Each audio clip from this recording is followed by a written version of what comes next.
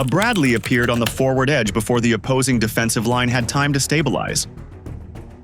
Moments later, a mechanized formation with APCs following began applying pressure through firepower and synchronized movement, forcing frontline positions to react before they could reorganize.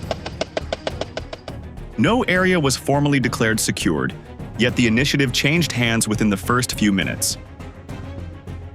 From that point on, the fight no longer followed the original defensive plan, but was pulled into a chain of rapid decisions shaped by time pressure, drones, and incoming fire.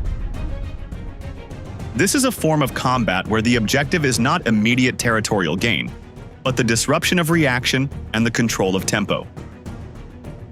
So why was the Bradley pushed forward so early?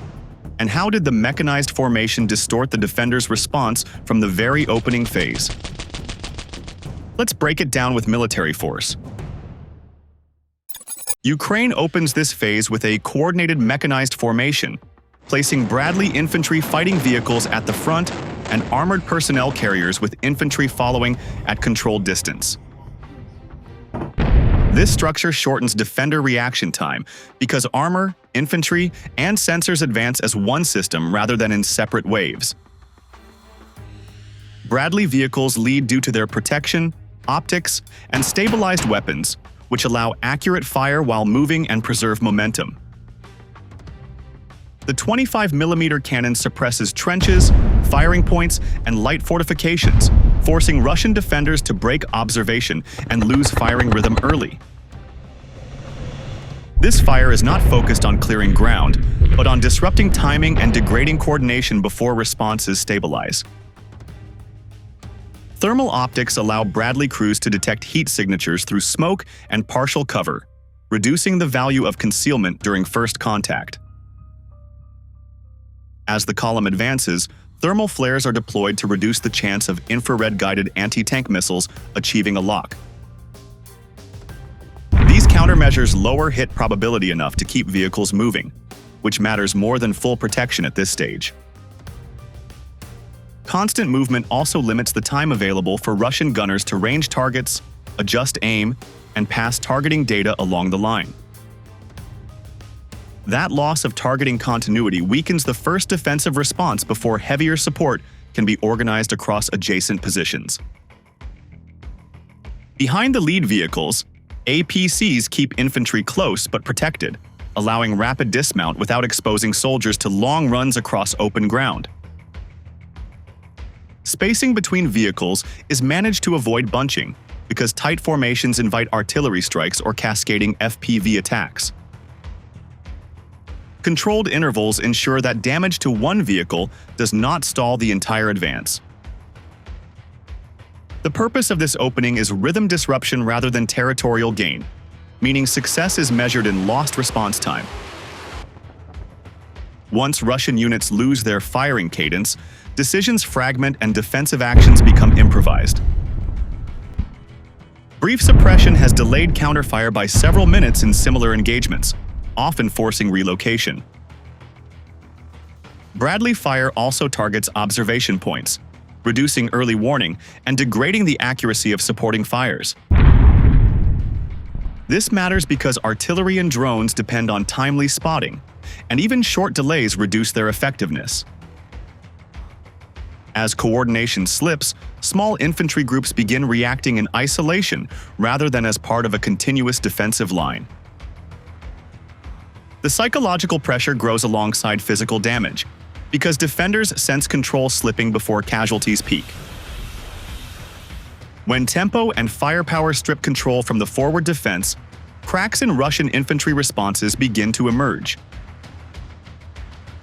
Russian defensive positions begin to fail once sustained firepower and attack tempo remove any sense of control, because units that cannot stabilize the front are pushed into reaction rather than coordination. Under continuous pressure, some Russian soldiers abandon prepared fighting positions earlier than doctrine would normally allow. This choice is rarely the result of a clear order, but instead comes from the belief that staying in place offers no protection and no support. Once that perception spreads, the defensive line stops working as a system and turns into a series of individual survival decisions. Trenches that were meant to anchor resistance lose their role because confidence in collective defense disappears. At that point, territory still exists on the map, but command influence inside those positions begins to fade. The loss of control, not immediate casualties, marks the first real collapse of the defensive line, and recovery becomes increasingly unlikely under pressure. Local leaders also lose the ability to reposition units effectively, which deepens the breakdown. As soldiers leave their positions, withdrawal paths are chosen for speed rather than safety. Some attempt to escape using motorcycles, hoping mobility can compensate for the lack of cover. Others move on foot across open ground, damaged roads, or thin tree lines that offer limited concealment. Leaving trenches removes the only reliable physical protection available, which sharply increases exposure. From above, movement is easy to detect, especially against static terrain. Motorcycles create noise, dust, and heat signatures, while foot movement still produces visible patterns when crossing open spaces. Once movement begins, concealment collapses, because there is no terrain feature that can fully hide a moving target. At this stage, exposure time lengthens, and each second outside cover raises the chance of being detected.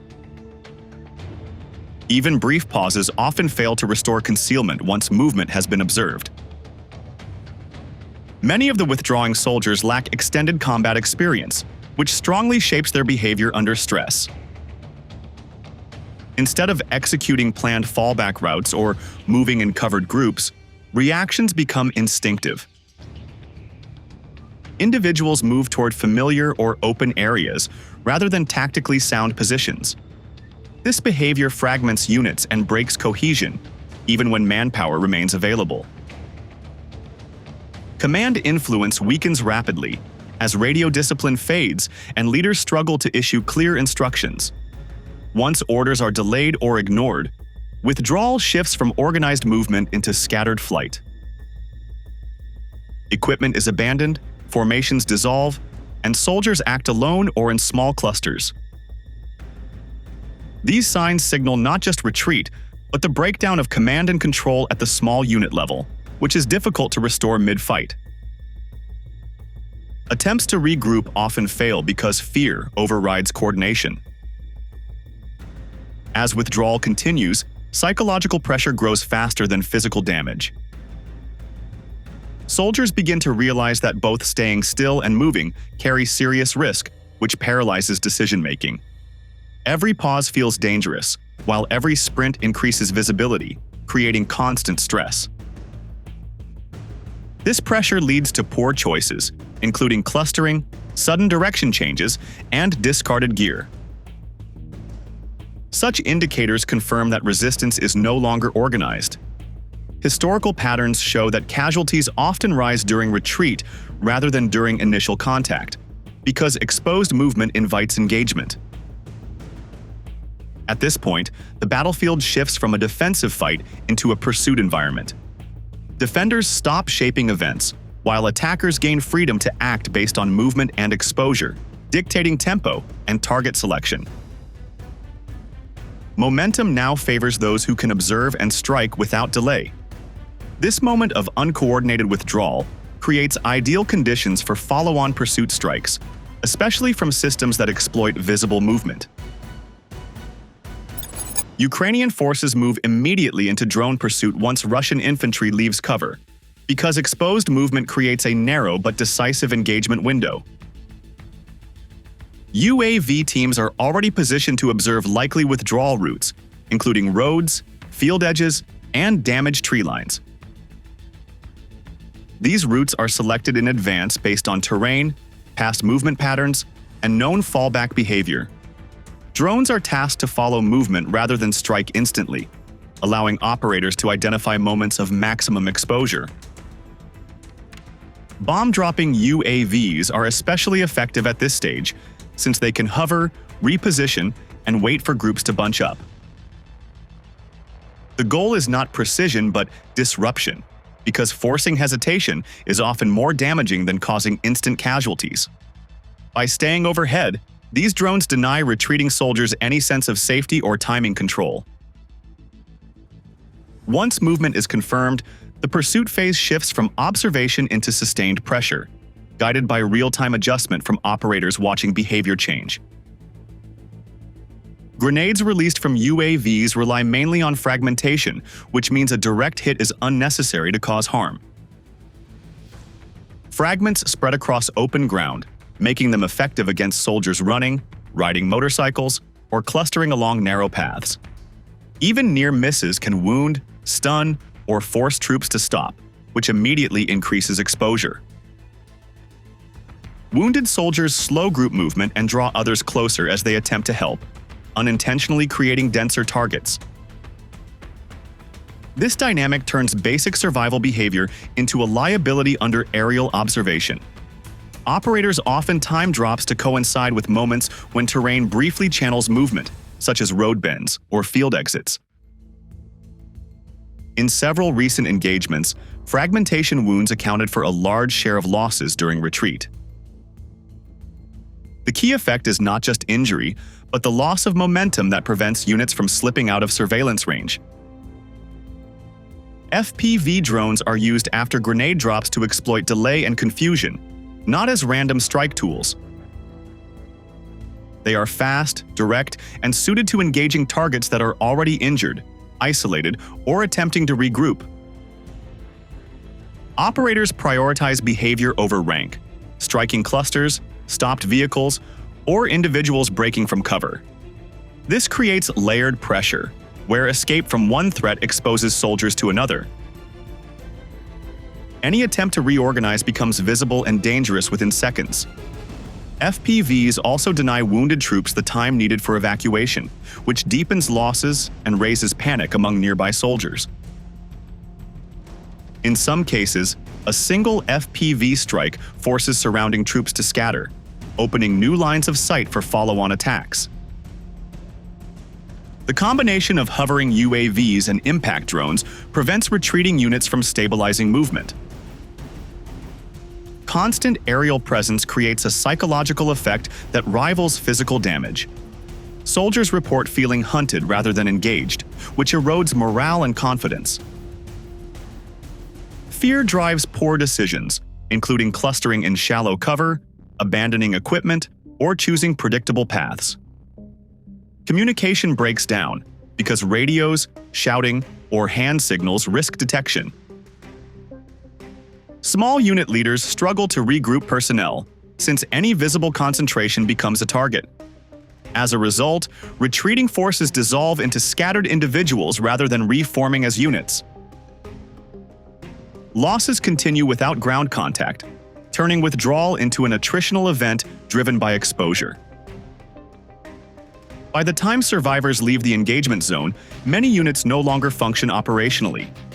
This outcome reshapes the battlefield beyond the immediate area and sets conditions for follow-on pressure.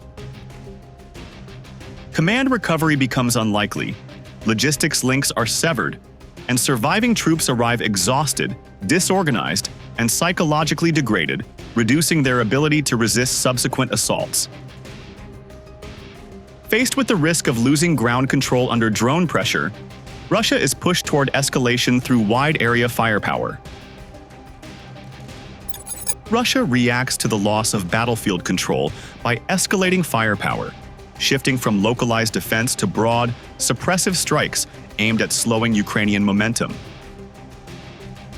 This response relies heavily on massed artillery, including MLRS systems, supported by low-altitude attack runs from Su-25 ground attack aircraft.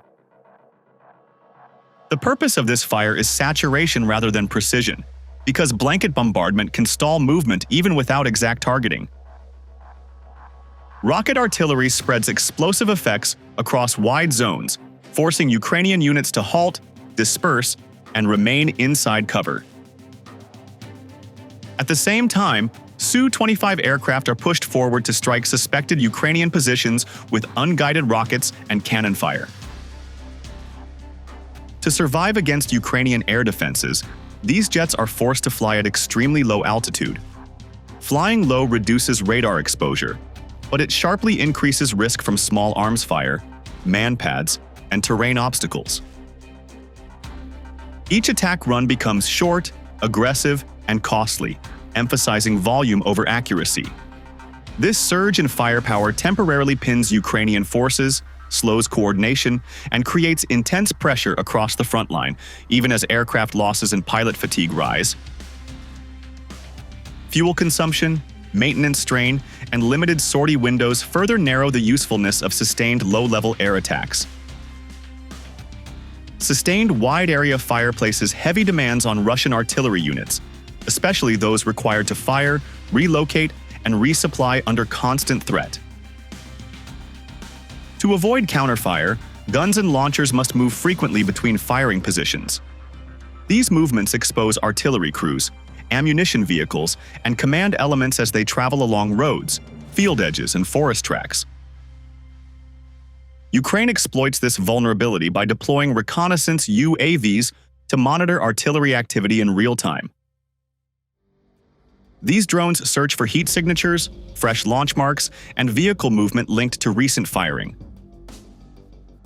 Once an artillery position is identified, targeting data is passed quickly to strike teams. FPV drones are then launched to attack guns, ammunition compartments, or nearby support vehicles. A single FPV strike does not need to destroy the weapon to be effective. Damaging ammo, disabling transport, or forcing crews to abandon positions is enough to interrupt firing rhythm and break unit tempo. When batteries pause to relocate or repair, pressure on Ukrainian positions drops sharply, opening brief windows of opportunity. Repeated interruptions also degrade crew confidence and slow the rate of accurate follow-on fire. As Russian firepower becomes fragmented, Ukraine uses UAV strikes to turn disruption into advantage. FPV attacks reduce artillery tempo, creating uneven bombardment across the sector. Some areas continue to receive heavy fire, while others fall quiet as batteries reposition or go offline. This inconsistency allows Ukrainian units to observe patterns and time movement between fire missions. Bradley vehicles, protected and mobile, are pushed forward during these gaps. Their advance does not depend on silence, but on the breakdown of Russian fire coordination. UAV reconnaissance continues to track artillery attempts to re-establish pressure, enabling repeated strikes. Over time, this cycle drains Russian resources and exhausts crews without restoring control. Escalation fails to stabilize the front, because firepower alone cannot compensate for disrupted surveillance and command, especially under constant drone pressure. The initiative shifts back to forces that can see, decide, and strike faster across the battle space. This timing advantage allows mechanized units to cross danger areas before batteries can reset firing solutions and regain effective coverage. As Russian firepower becomes scattered and increasingly interrupted, Bradley formations continue pushing deeper into the battle space.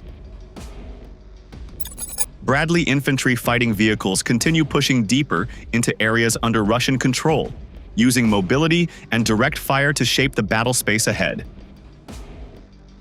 As they advance, Bradleys engage exposed targets such as infantry groups, light vehicles, and temporary firing points that appear during Russian movement. The 25mm cannon allows fast, repeated engagements, which suppresses defenders and prevents them from stabilizing new positions. This action is not about holding terrain immediately, but about clearing routes and breaking resistance along key lines of movement.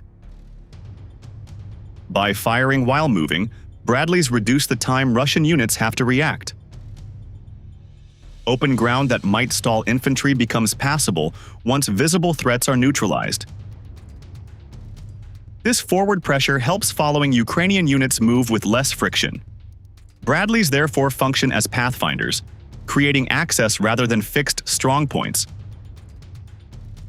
Their movement forces defenders to respond quickly, often before coordination is restored across adjacent positions. As Bradleys move forward, they quickly become focal points for Russian attention.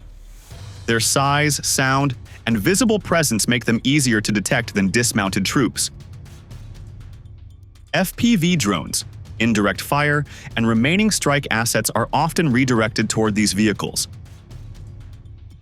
This reaction is anticipated and used deliberately. By attracting enemy focus, Bradleys pull sensors and fire away from other Ukrainian elements. Infantry teams, artillery spotters, and drone operators gain freedom to reposition or strike from different directions. Russian commanders face a dilemma between engaging visible armor or responding to less obvious threats elsewhere. This stretches decision-making and slows reaction across the sector. Bradleys act as tactical magnets, absorbing attention that would otherwise fall on lighter forces. Even when targeted, their protection allows them to survive fragments and near misses long enough to complete their role. The dual role of Bradley as both attacker and decoy provides clear operational value, but it also carries growing risk. Extended exposure increases the chance of successful enemy adaptation. Repeated detection allows Russian forces to adjust FPV tactics, coordinate launches, and prepare engagement zones. Bradleys are resilient, but they are not immune to precision strikes. Their armor protects against light threats, not sustained focused attacks. As defenders recognize their importance, heavier countermeasures are prioritized. Anti-tank missile teams may be repositioned to cover likely routes, while drone attacks are timed more carefully. This creates a trade-off between maintaining momentum and preserving vehicles. Ukrainian commanders must manage timing, routes, and rotation to limit exposure. Rotation cycles, brief pauses under cover, and route variation reduce predictability and lower cumulative risk.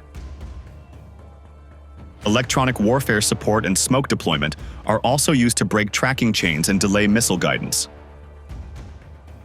Logistics coordination becomes critical at this stage, because damaged vehicles must be recovered quickly to avoid compounding losses.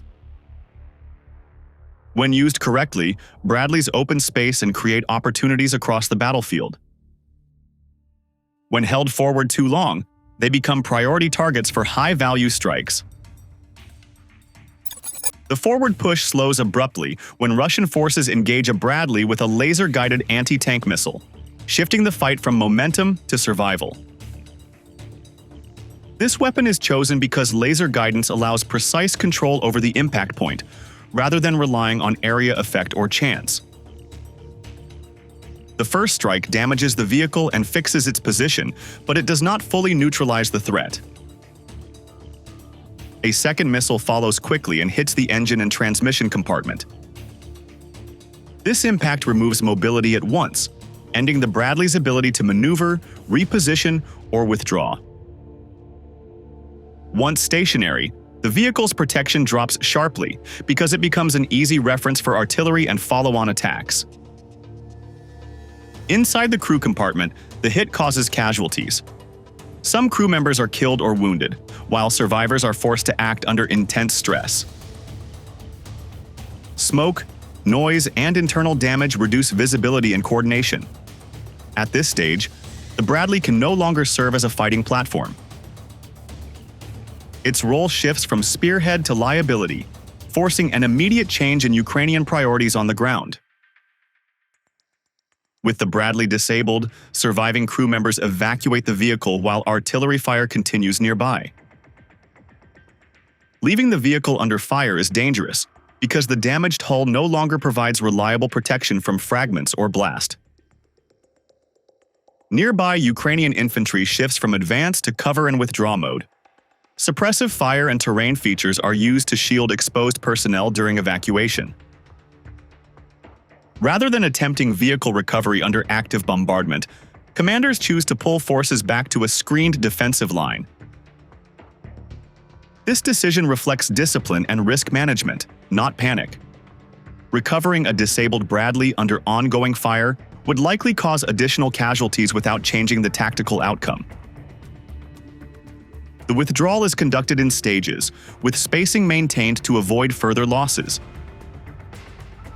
Infantry units fall back intact, preserving cohesion and command control. Medical evacuation priorities are adjusted quickly, focusing on wounded crew and exposed infantry first. Commanders also limit radio traffic to reduce detection risk while moving to cover. Time is deliberately traded for safety, as slowing the pace reduces exposure and allows units to reset under protection. This pause also prevents the enemy from exploiting confusion during the most vulnerable moments.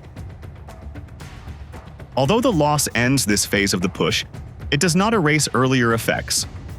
Enemy fire has been drawn, routes have been tested, and Russian resources have been spent. The engagement closes with Ukrainian forces reduced but organized, setting conditions for reassessment rather than collapse. Even though this phase ends with loss and withdrawal, it produces lessons that extend beyond a single engagement. This engagement reflects a condensed model of modern warfare, where armored vehicles, drones, artillery, aircraft, and air defenses operate as one connected system rather than separate tools. Control is no longer decided by lines on a map or distance gained, but by minute-to-minute decisions that shape tempo and reaction. Every phase shows that success depends on detection speed, coordination under pressure, and the ability to sustain action without losing rhythm. When observation breaks down, even strong firepower becomes scattered and inefficient. When integration holds, smaller forces can impose costs far beyond their size. The fight also shows that losses do not equal failure if they create space, disrupt the enemy, and preserve the core force. Modern battles are not clean breakthroughs, but chains of pressure, exposure, and response. These chains reward systems that can adapt faster than the situation changes, rather than those that rely on static plans. They also punish hesitation, because delay gives sensors time to find targets and link them to fire. The side that can shorten this cycle gains leverage even without numerical superiority. The side that loses tempo is forced into reaction, where choices narrow and risks multiply. The side that controls the low sky, links sensors to shooters, and keeps that chain active gains the real advantage. That lesson matters far beyond this single clash. If this analysis helped clarify how modern war actually unfolds, take a moment to reflect on what these systems mean beyond the battlefield. Understanding how violence is organized, escalated, and sustained is essential for anyone who cares about peace. Subscribe to Military Force for clear, grounded analysis that explains how modern wars are fought, why they escalate, and what their real consequences are beyond the headlines.